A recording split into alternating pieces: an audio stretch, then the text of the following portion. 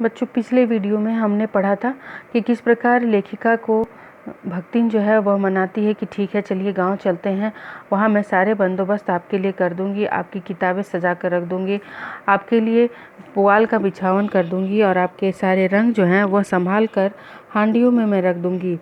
सब कुछ हो जाएगा, बस आप यहाँ से प्रस्थान करें। लेकिन लेखिका आगे कहती हैं, मेरे पास वहाँ जाकर रहने के लिए रुपया नहीं है। यह मैंने भक्तिन के प्रस्ताव को अवकाश न देने के लिए कहा था, पर उसके परिणाम ने मुझे विस्मित कर दिया। भक्तिन ने परम रहस्य का उद्घाटन करने की मुद्रा बनाकर और पोपला मुंह मेरे कान के पास लाकर हौले हौले बताया कि उसके पास 5 बीसी और 5 रुपया गड़ा है, उसी से वह सब प्रबंध कर लेगी। फिर लड़ाई तो कुछ अमरौती खाकर नहीं आई है। जब सब ठीक हो जाएगा तब यहीं लौट आएंगे। भक्तिन की कंजूसी के प्राण पंजीभूत होते होते पर्वताकार बन चुके थे, परंतु इस उदारता के डायनामाइट ने क्षण भर में उन्हें उड़ा दिया। इतने थोड़े रुपए का कोई महत्व नहीं, परंतु रुपए के प्रति भक्तिन का अनुराग इतना प्रख्यात हो चुका है कि मेरे लिए उसका परित्याग मेरे महत्व की सीमा तक पहुंचा देता है। लेखिका बताती हैं कि वह बार बार आग्रह करेगी, प्रस्ताव रखेगी जाने के लिए, इसलिए उसके प्रस्ताव को रोकने के लिए लेखिका ने उसे यह कह दिया कि इतने थोड़े से पैसे से मेरा कुछ नहीं होगा। लेकिन भक्तिन जो उन्हें बताया वह लेखिका उससे आश्चर्यचकित हो गई। उसने बताया कि उसके पास 20 रुपये के 5 और 5 रुपये के 5 रुपये गड़े हैं, अर्थात 5 नोट 20 रुपये के हैं और 5 रुपये के हैं। इसी से वह सारा प्रबंध कर लेगी। और उसने कहा कि युद्ध तो कोई हमेशा चलने वाली चीज़ है नहीं, वह कभी न कभी तो समाप्त होगी, और जब समाप्त होगी तो हम यहाँ वापस आ जाएंगे। सब जानते थे कि भक्तिन बहुत कंजूस है और पैसे को बहुत संभाल कर रखती है, बचा बचा कर रखती है। इस तरह उसकी जो कंजूसी थी वह पर्वताकार बन चुकी थी। उसने, जिसे कहते हैं ना कंजूस मक्खी चूस, लेखिका ने उसे बड़ा दिखाने के लिए पर्वत के समान बताया कि वह उसका जो कंजूसी का सीमा था वो पर्वत के समान बड़ा हो गया था। लेकिन लेखिका के प्रति उसकी उदारता भी किसी से छुपी नहीं थी। वह लेखिका को बहुत मानती थी, इसलिए लेखिका के प्रति प्रेम की वजह से वह जो पर्वत आकार कंजूसी था वह उसकी उदारता के डायनामाइट से, अर्थात उदारता रूपी डायनामाइट, जो उसने लेखिका के ऊपर उदारता दिखाई कि मैं सारे इन्हीं रुपए से आपका प्रबंध कर लूँगी, उस उदारता रूपी डायनामाइट ने उसके कंजूसी के पर्वत को उड़ा दिया। इतने थोड़े से रुपए का कोई महत्व नहीं है, लेकिन सब जानते थे कि लेखिका भक्तिन बहुत कंजूस है और उसमें वो बहुत प्रख्यात हो चुकी थी। इसलिए लेखिका के लिए, सिर्फ और सिर्फ लेखिका के लिए जो वो उस पैसे का त्याग कर रही थी, वह लेखिका ऐसा कहती हैं कि वह मेरे महत्व की सीमा तक पहुंचा देता है। वह बहुत महत्व रखता है उनके जीवन में कि भक्तिन जैसी कंजूस मेरे लिए पैसे न्यौछावर कर रही है। भक्तिन और मेरे बीच में सेवक स्वामी का संबंध यह कहना कठिन है, क्योंकि ऐसा कोई स्वामी नहीं हो सकता जो इच्छा होने पर भी सेवक को अपनी सेवा से हटा न सके, और ऐसा कोई सेवक नहीं सुना होगा जो स्वामी के चले जाने का आदेश पाकर अवज्ञा से हंस दे। लेखिका बताते हैं कि वह मेरे साथ इतनी घुल मिल गई थी, इतना अपनत्व हो गया था कि अब सेवक और मालिक जैसा संबंध नहीं रह गया था। इसलिए क्योंकि उसे लेखिका अपनी इच्छा से उसे नौकरी से नहीं निकाल सकती थी, और भक्तिन भी अगर लेखिका किसी बात के लिए उसे बोल दें चले जाओ, तुम मेरे नज़रों के सामने से चले जाओ, तो वह हंस देती थी, लेकिन वहाँ से जाती नहीं थी, उनकी बातों की अवज्ञा करती थी। इसलिए लेखिका ने इस संबंध को सेवक और मालिक का संबंध नहीं कहा है। भक्तिन को नौकर कहना उतना ही असंगत है जितना अपने घर में बारी बारी से आने वाले अंधेरे उजाले और आंगन में फूलने वाले गुलाब और आम को सेवक मानना। वे जिस प्रकार एक अस्तित्व रखते हैं जिसे सार्थकता देने के लिए हमें सुख दुख देते हैं, उसी प्रकार भक्तिन का स्वतंत्र व्यक्तित्व अपने विकास के परिचय के लिए मेरे जीवन को घेरे हुए है।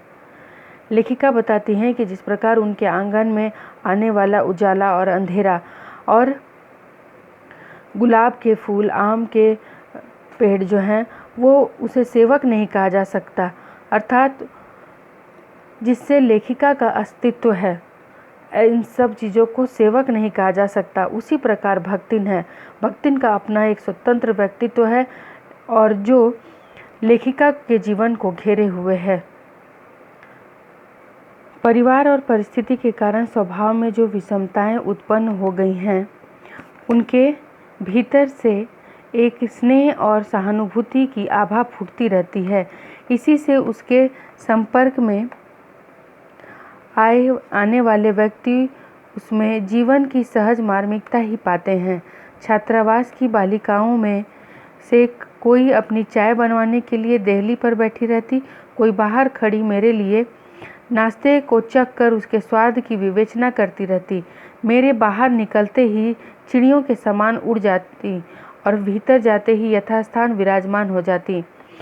आने में रुकावट न हो, संभवतः इसी से भक्तिन अपने दोनों जून का भोजन सवेरे ही बनाकर ऊपर के आले पर रख देती और खाते समय चौके का एक कोना धोकर पाक छत के सनातन नियम से समझौता कर लेती।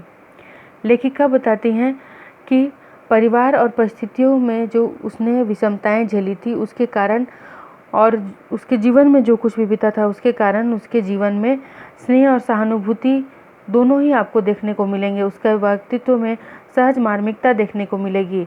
लेखिका के घर के पास में बालिकाओं का छात्रावास था, तो वहाँ की लड़कियाँ जो हैं वो कभी उससे चाय बनवाने के लिए,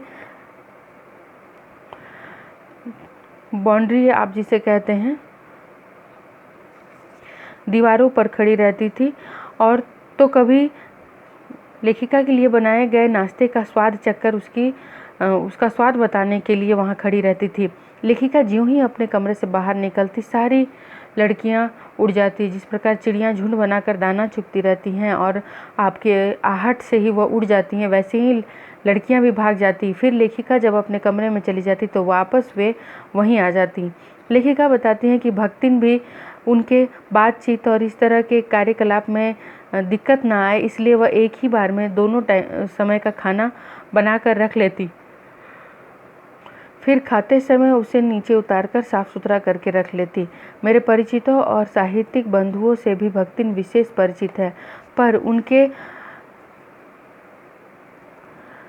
प्रति भक्तिन के सम्मान की मात्रा मेरे प्रति उनके सम्मान की मात्रा पर निर्भर है और सद्भावना उनके प्रति मेरे सद्भाव से निश्चित होती है। इस संबंध में भक्तिन की सहज बुद्धि विस्मित कर देने वाली है। लेखिका बताती हैं कि उनके परिचितों और साहित्य बंधुओं, आप जानते हैं कि वे बहुत बड़ी कथाकार हैं, लेखिका हैं, साहित्यकार हैं, गद्य और पद्य दोनों में ही उन्होंने बहुत ख्याति प्राप्त की है। तो कई लोग उनके घर में, साहित्यिक लोग जो कथाकार हैं, साहित्यकार हैं, वे लोग आते जाते रहते थे। तो लेखिका के वजह से उसका उन लोगों के साथ भी परिचय था। लेकिन लेखिका भक्तिन की आश्चर्यचकित कर देने वाली बुद्धि को दाद देते हुए कहती हैं कि उसकी सहज बुद्धि बहुत ही तीव्र काम करती थी। उसका मेरे घर आने वाले परिचितों से वैसा ही व्यवहार था जैसा मेरा उनके साथ था।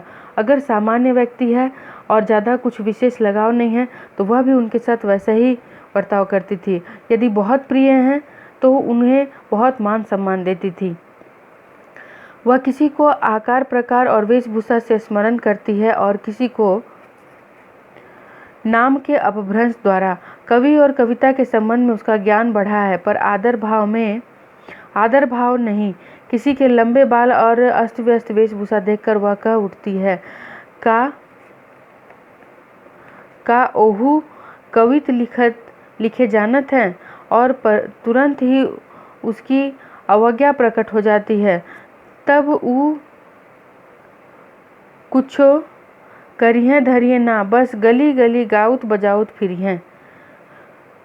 कवियों के बारे में उसकी जो विचार थे वो बिल्कुल अलग थे। वेशभूषा से स्मरण रखती थी वो लोगों को जो उनके घर में आते थे। और आपने देखा होगा कि जितने भी प्रकांड विद्वान लोग हैं जो बहुत ही अच्छा लिखते हैं, बहुत ही अच्छे साहित्यकार हैं, वो लोग साधारण वेशभूषा रखते हैं, बालों का ध्यान नहीं रखते, बाल बड़े बड़े रहते हैं, दाढ़ी बड़ी हुई है, तो वैसे ही हैं। प्रेमचंद के बारे में भी आपने पढ़ा होगा नीचे की कक्षाओं में कि किस प्रकार वो रहते थे। तो इस तरह की अस्त व्यस्त वेशभूषा देखकर वो उसे समझ नहीं आता था कि वह भी कविता लिखते हैं। वह पूछती थी कि क्या वो भी कविता लिखते हैं, लेकिन वो तुरंत ही अवज्ञा करते हुए बोलती, तब तो वो कुछ नहीं करते होंगे, गली गली घूम घूम कर गाजे बजाते गाते फिरते रहते होंगे। उसे लगता था कि जो कविता लिखते हैं वो गली गली घूम घूम कर गाते और बजाते रहते हैं, पर सबका दुख उसे प्रभावित कर सकता है। विद्यार्थी वर्ग में से जब कारागार का अतिथि हो जाता, तब उस समाचार को व्यथित भक्तिन बीता भरे लड़कन के जेहलन कलयुग रहा तौन रहा अब परलय हो जाई। उन पर माई का बड़े लाड तक लड़े के चाही कहकर दिन भर सबको परेशान करती। बापू से लेकर साधारण व्यक्ति तक के प्रति भक्तिन की सहानुभूति एक रस मिलती। यहाँ स्वतंत्रता सेनानियों के बारे में कहा जा रहा है कि स्वतंत्रता संग्राम में विद्यार्थी वर्ग भी था, इसलिए वह कहती है कि जितने भी विद्यार्थी वर्ग जो कि जेल के अतिथि हो जाते स्वतंत्रता संग्राम पाने के वजह से, वो उसके बारे में कहती है कि छोटे छोटे बच्चों को, बित्ता भर के बच्चों को जेल में डाल दिया है, प्रलय हो जाएगा प्रलय, उनके माताओं को दूर तक लड़ना चाहिए कहकर ये सबको परेशान करती रहती। और बापू से लेकर महात्मा गांधी से लेकर छोटे छोटे लोग जो स्वतंत्रता संग्राम में भाग लेने वाले हैं, उनके प्रति वह सहानुभूति व्यक्त करती।